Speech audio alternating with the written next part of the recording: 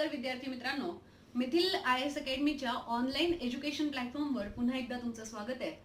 आज आपण 13 मे 2020 रोजी हे सेशन यासाठी रेकॉर्ड करत आहोत कारण काल 12 मे 2020 रोजी भारताच्या पंतप्रधान माननीय नरेंद्र मोदी यांनी रात्री 8 वाजता ही घोषणा केली की भारताच्या अर्थव्यवस्थेसाठी सरकार 20 लाख कोटी रुपयांचं पॅकेज घेऊन येणार आहे.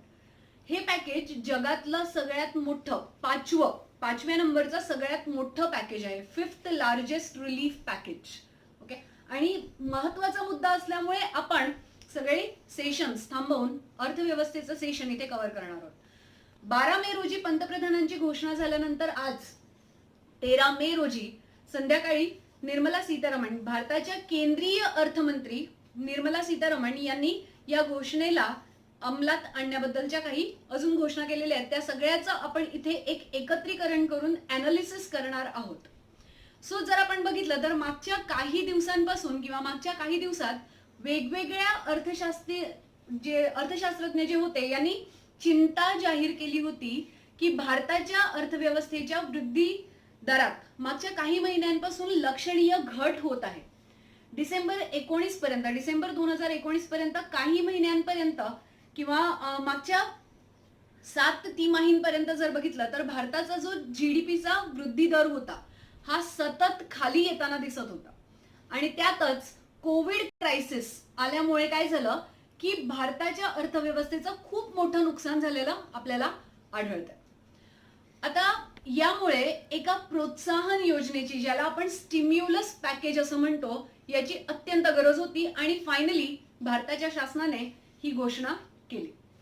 इथे हे लक्षात घेणं गरजेचं आहे की कोरोना क्रायसिसमुळे जी ऑलरेडी आपल्या अर्थव्यवस्थेची दुर्गती झालेली आहे त्यात भारताच्या अर्थव्यवस्थेत असे खूप सगळे लोकसंख्या, खूप अधिक लोक आहेत जे हातावर पोट घेऊन जगत आहेत.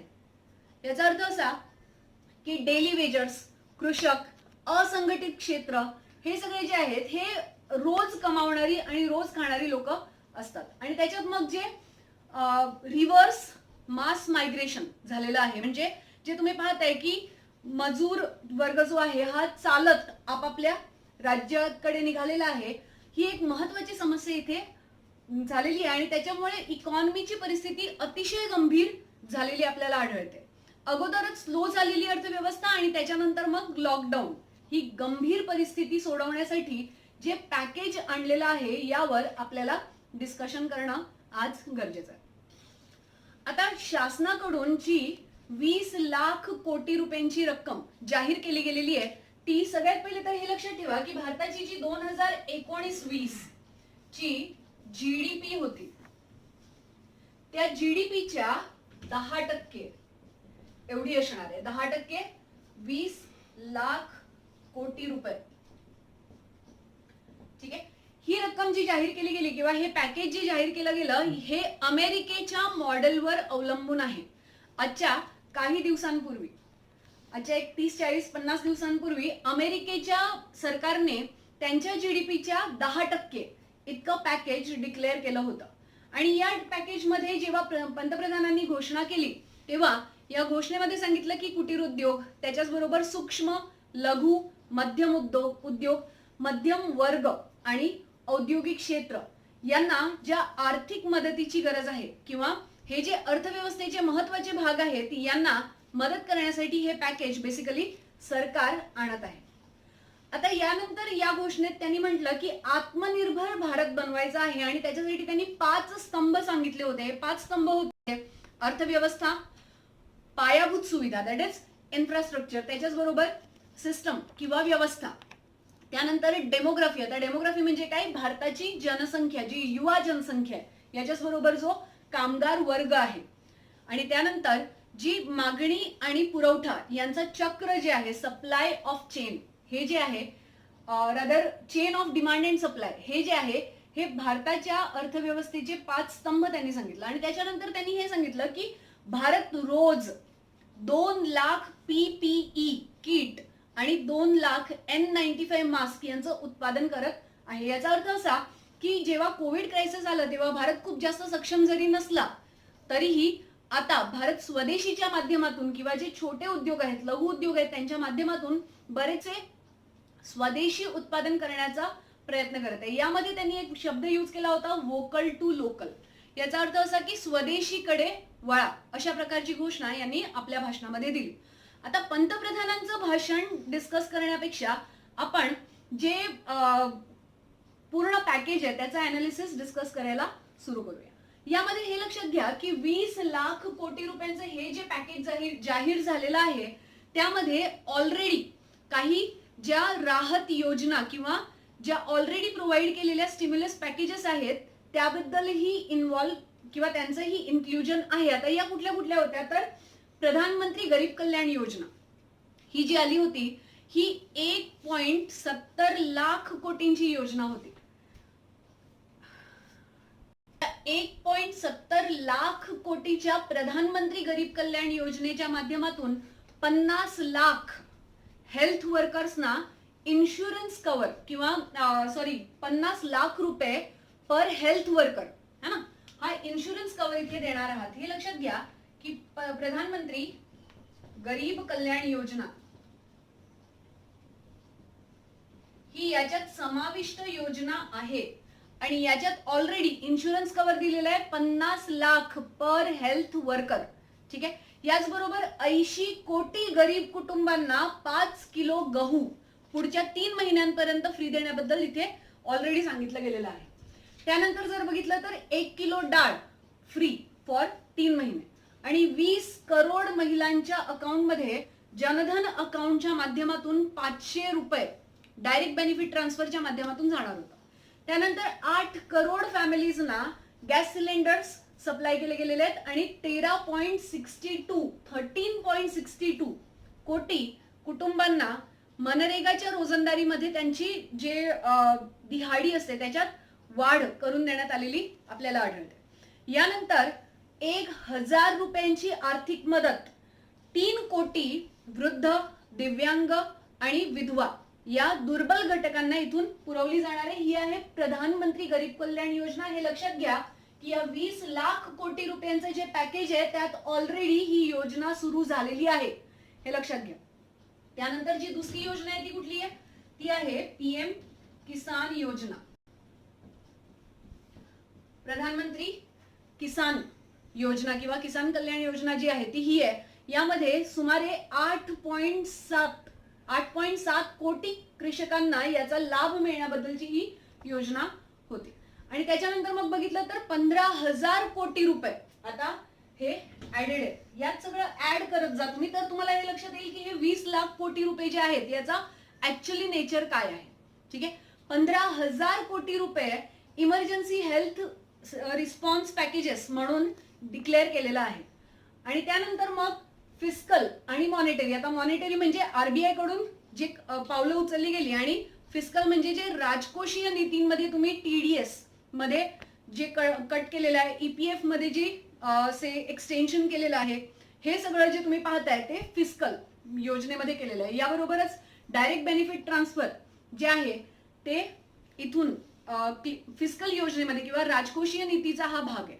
यानंतर बघितलं तर मॉनिटरीमध्ये repo rate, reverse repo rate हे रिवाइज केलेले आपल्याला आढळतात, पण त्याचा खूप जास्त परिणाम भारताच्या अर्थव्यवस्थेवर झाला नाही. आणि मग मागच्याच वेळेला शक्तिकांत दास जेव्हा टीव्हीवर होते तेव्हा त्यांनी म्हटलं होतं की इतके सगळे मेजर्स देखील अर्थव्यवस्थेला बूस्ट करण्यासाठी किंवा पुन्हा सावरण्यासाठी कार्यरत नाही आहेत. मग आता काय करायला पाहिजे तर सरकारने एक काहीतरी मदत म्हणून आणायला पाहिजे. त्यानंतर या सगळ्या योजना जेव्हा डिस्कशन मध्ये होत्या तेव्हा आपण पाहिलं की सोशल डिस्टन्सिंगसाठी वार्षिक बोर्ड मीटिंग्स ज्या असतात त्या सप्टेंबर पर्यंत स्थगित करण्यात आलेल्या आपल्याला दिसतात. हे फिस्कल मध्ये येणार, राजकोषीय नीतीमध्ये येणार, बरोबर आहे. आणि त्यानंतर एक्स्ट्रा ऑर्डिनरी ज्या जनरल मीटिंग्स आहेत त्यांना व्हिडिओ कॉन्फरन्सद्वारा घ्या असं सांगण्यात आलं होतं. आता मॉनिटरी योजनांबद्दल जर आपल्याला बोलायचं असेल, मौद्रिक नीती, तर मॉनिटरी योजनांमध्ये आरबीआयने घेतलेले जे मेजर्स होते ते काय काय होते बघा. तर हे सांगितलं गेलं, हे तुमच्या एक्झामच्या दृष्टीने अतिशय महत्वाचं आहे. याच्यात काही शब्द आहेत, काही संकल्पना आहेत ज्या प्रॉबेबली तुम्हाला माहिती नसतील. तर एक लक्षात घ्या की ज्या मौद्रिक नीतीच्या द्वारे जी पावलं उचलली गेली ती काय काय होती, तर CRR, कॅश रिझर्व्ह रेशो, रोख राखीव प्रमाण जे आहे हे कमी करण्यात आलं आणि 1,37,000 कोटी रुपयांची लिक्विडिटी मार्केटमध्ये वाढेल असा एक अंदाज इथे करण्यात आला होता. याच्यानंतर TLTRO हे काय असतं सांगा बरं. TLTRO याचा लॉंग फॉर्म आहे targeted long term repo operation. Targeted long term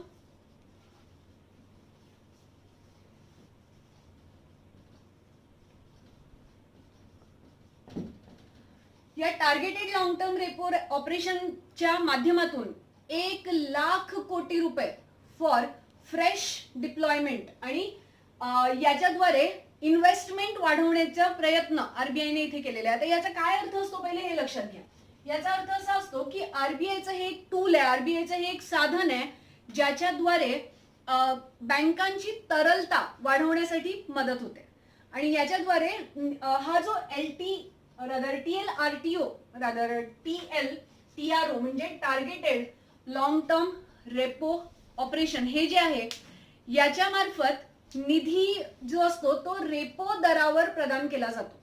जी रक्कम असते ती रेपो रेट तुमचा जितका आहे त्याच्या आधारावर प्रदान केला जातो. याचा अर्थ असा आहे की बँक जे आहे या बँका एका दिवसाच्या रेपोच्या समान व्याज दरावर 1 वर्षासाठी किंवा 3 वर्षासाठी म्हणजे लॉंग टर्म लोन्स 1 वर्ष आणि 3 वर्षापर्यंतचे जे लॉंग टर्म लोन आहे ते घेऊ शकतात, त्याच व्याज दरावर घेऊ शकतात. बेसिकली हा याचा अर्थ आहे.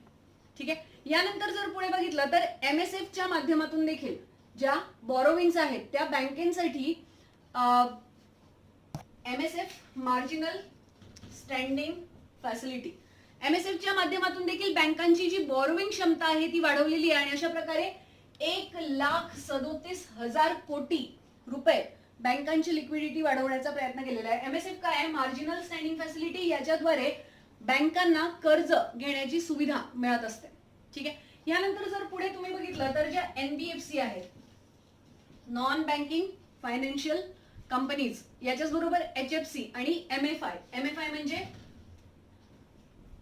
मायक्रो फायनान्स इन्स्टिट्यूट्स हे जे आहेत यांच्यासाठी 3,000 नाहीये 30,000 कोटींची विशेष तरलता योजना देखील इथे आणण्यात आली आणि याच्या अंतर्गत ज्या गुंतवणुकी आहेत यांना प्राधान्य देण्यात आलं. याला प्राथमिक मार्केट आणि दुय्यम मार्केट या दोघांमध्येही गुंतवणूक केली जाईल अशा प्रकारची सुविधा इथे देण्यात आली.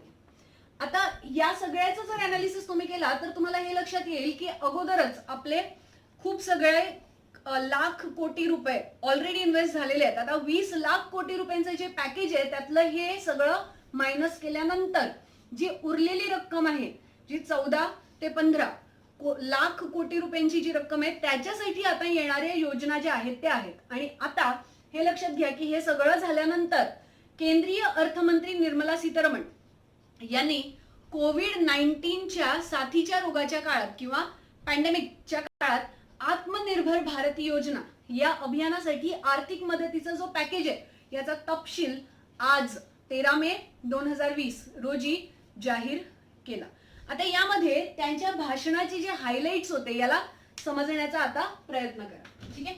आय होप की तुम्हाला संकल्पना क्लिअर होत आहेत.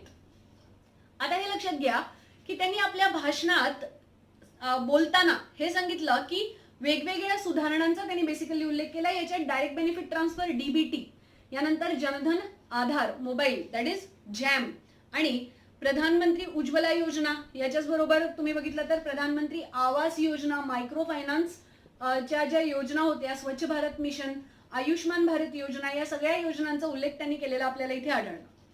आपल्या भाषणात त्यांनी हे सांगितलं की या ज्या वर्तमान योजना आहेत किंवा आत्मनिर्भर भारत योजनेअंतर्गत 15 वेगवेगळ्या उपायांचा समावेश केलेला आहे. यामध्ये MSME म्हणजे मायक्रो स्मॉल मीडियम एंटरप्राइजेस, याच्याच बरोबर कर्मचारी भविष्य निर्वाह निधी म्हणजे EPF, यानंतर NBFC, MFI micro finance institutes, याच्याच बरोबर डिस्कॉम्स आणि रिअल इस्टेट जे बिल्डर्स आहेत, बेसिकली कंत्राटदार आणि कर संबंधित काही योजना इथे आणल्या जातील.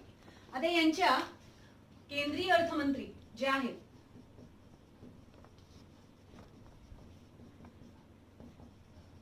केंद्रीय अर्थमंत्र्यांच्या भाषणातील जे प्रमुख मुद्दे आहेत ते काय काय आहेत ते आता इथे समजण्याचा प्रयत्न करा. ठीक आहे. सो पहिले तर हे सांगितलेलं आहे की एमएसएमईचं क्षेत्र जे आहे, मायक्रो स्मॉल मीडियम एंटरप्राइजेस, हे जे क्षेत्र आहे याला कोणत्याही गॅरंटी शिवाय 3,00,000 कोटींचं कर्ज उपलब्ध होईल अशी घोषणा केलेली आहे. एमएसएमई साठी कोणत्याही गॅरंटी शिवाय 3,00,000 कोटी रुपयांचं कर्ज उपलब्ध होईल. या योजनेचा लाभ जो आहे हा 31 ऑक्टोबर 2020 पर्यंत घेता येणार आहे. बरोबर आहे. आणि महत्वाचा मुद्दा हा आहे की ज्या कंपन्यांची वार्षिक उलाढाल 100 कोटी रुपये पेक्षा कमी आहे अशा कंपन्यांना देखील या कर्जाची सुविधा उपलब्ध करून देण्यात येईल असं सांगितलेलं आहे. हे कर्ज 25 कोटी रुपयांपर्यंत त्यांना मिळेल. हे जे योजना हे जे कर्ज असेल हे 4 वर्षाच्या अवधीसाठी असेल.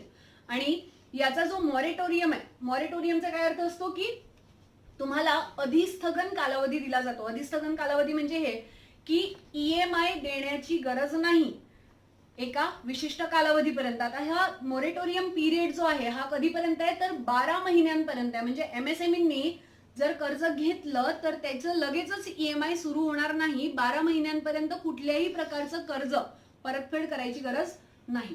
ठीक आहे. यानंतर पुढची जी घोषणा आहे ती ही आहे की बँका आणि एनबीएफसी यांना मूलभूत व्याजासह 100% पत हमी दिली जाईल.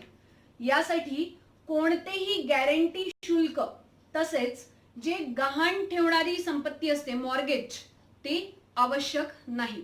या सुधारणांचा 45 लाख व्यवसाय युनिट्सना त्यांचा व्यवसाय पुन्हा सुरू करण्यासाठी बेसिकली फायदा होणार आहे असं केंद्रीय अर्थमंत्री निर्मला सीतारामन यांनी सांगितलं. आणि त्याच्याच बरोबर नोकऱ्या ज्या आहेत, जो रोजगार आहे त्याच्या संरक्षणार्थ देखील याचा फायदा होण्याचा संभावना आहे. आता हे सांगताना त्यांनी सांगितलं की काही अशा एमएसएमई ज्या आहेत, MSMEs micro small medium enterprises, ज्या ऑलरेडी तणावग्रस्त आहेत. तणावग्रस्त काय आहेत कारण ते खूप जास्त चांगलं प्रदर्शन करू शकत नाहीये. त्यांच्यासाठी देखील सरकारने एक 20,000 कोटी रुपयांच्या अधीनस्थ कर्जाची, सबऑर्डिनेट लोनची घोषणा केलेली आपल्याला इथे आढळते. ज्या एमएसएमई आधीपासूनच एनपीए मध्ये आहेत किंवा already NPA non performing asset म्हणजे ऑलरेडी ते कर्जात बुडलेले आहेत आणि त्याच्याच बरोबर तणावग्रस्त अवस्थेत आहेत की अजून जास्त कर्ज घेण्याच्या अजिबात ते परिस्थितीमध्ये नाहीये, अशांना देखील या सुविधेचा लाभ घेण्यासाठी त्यांनी अलाउ केलेला आहे किंवा अशा कंपन्या देखील या सुविधेचा लाभ घेण्यासाठी पात्र ठरणार आहेत. यानंतर बघितलं तर मायक्रो आणि स्मॉल एंटरप्राइजेस यांच्यासाठी क्रेडिट गॅरंटी फंड ट्रस्ट मध्ये योगदान म्हणून 4,000 कोटी रुपये देण्याची घोषणा भारत सरकारने केलेली आपल्याला इथे आढळते. इथे 4,000 कोटी रुपयांची घोषणा झालेली. आणि त्याच्याच बरोबर ज्या तणावग्रस्त एमएसएमई आहेत त्यांना आंशिक पत हमी समर्थन देखील देण्यात येईल असं त्यांनी म्हटलं होतं. बरोबर आहे. यानंतर एमएसएमईच्या प्रवर्तकांना बँकांकडून कर्ज दिले जाईल जे प्रवर्तकांना युनिटमधील इक्विटी म्हणून घोषित करता येईल. ठीक आहे. त्यानंतर जे कुटीर उद्योग आहेत किंवा असे एमएसएमई ज्यांच्यात पोटेन्शियल आहे पण खूप जास्त ते प्रदर्शन करू शकत नाहीयेत, अशा एमएसएमईंसाठी 50,000 कोटींची इक्विटी जमा करण्यासाठी एक निधी तयार करण्याची घोषणा केंद्रीय अर्थमंत्र्यांनी इथे केलेली आपल्याला आढळते.